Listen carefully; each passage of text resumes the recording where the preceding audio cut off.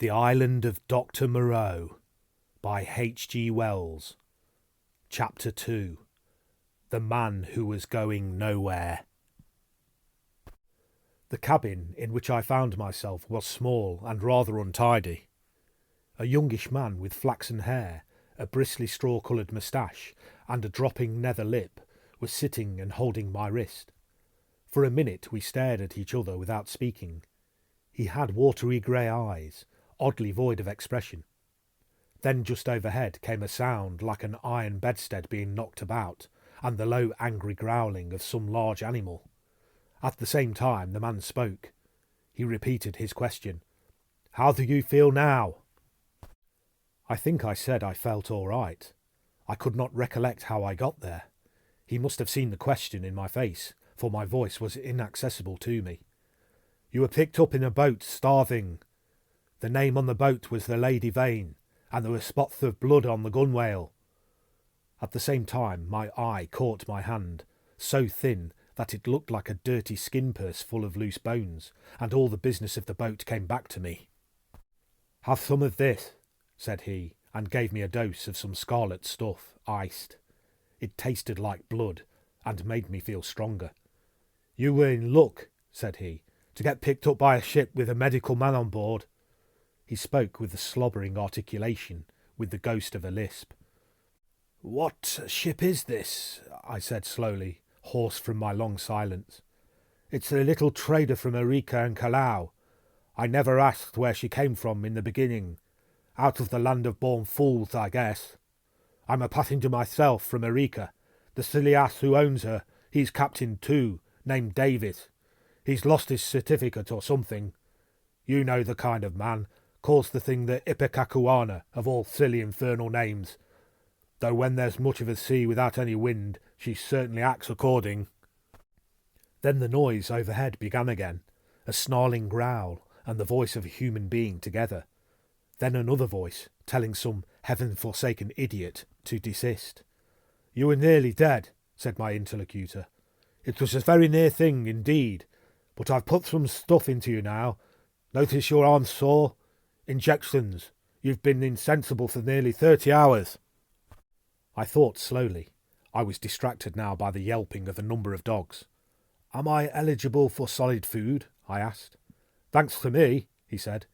"Even now the mutton is boiling." "Yes," I said with assurance. "I could eat some mutton." "But," said he with a momentary hesitation, "you know I'm dying to hear of how you came to be alone in that boat." I thought I detected a certain suspicion in his eyes. "Damn that howling!" He suddenly left the cabin, and I heard him in violent controversy with someone, who seemed to me to talk gibberish in response to him.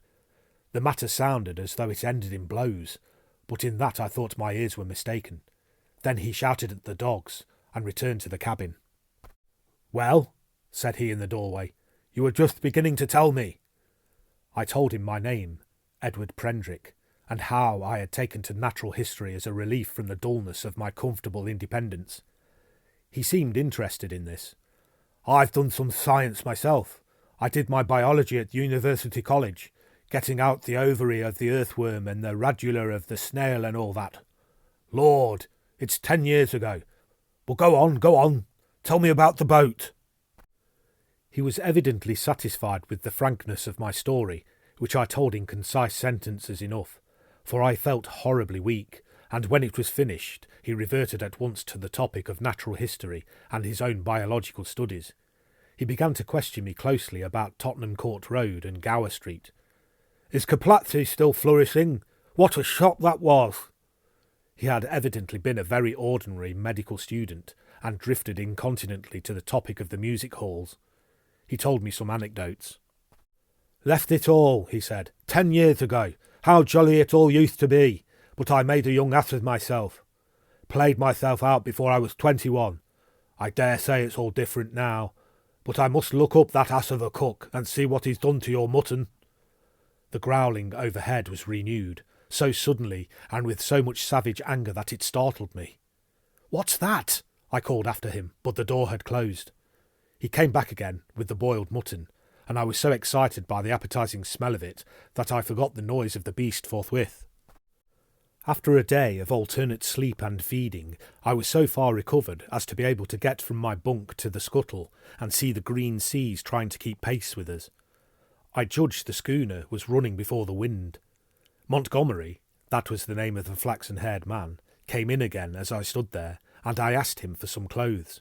He lent me some duck things of his own, for those I had worn in the boat had been thrown overboard. They were rather loose for me, for he was large and long in his limbs. He told me casually that the captain was 3 parts drunk in his own cabin. As I assumed the clothes, I began asking him some questions about the destination of the ship. He said the ship was bound to Hawaii, but that it had to land him first. "Where?" said I. "It's an island where I live. So far as I know, it hasn't got a name." He stared at me with his nether lip dropping, and looked so wilfully stupid of a sudden that it came into my head that he desired to avoid my questions. I had the discretion to ask no more.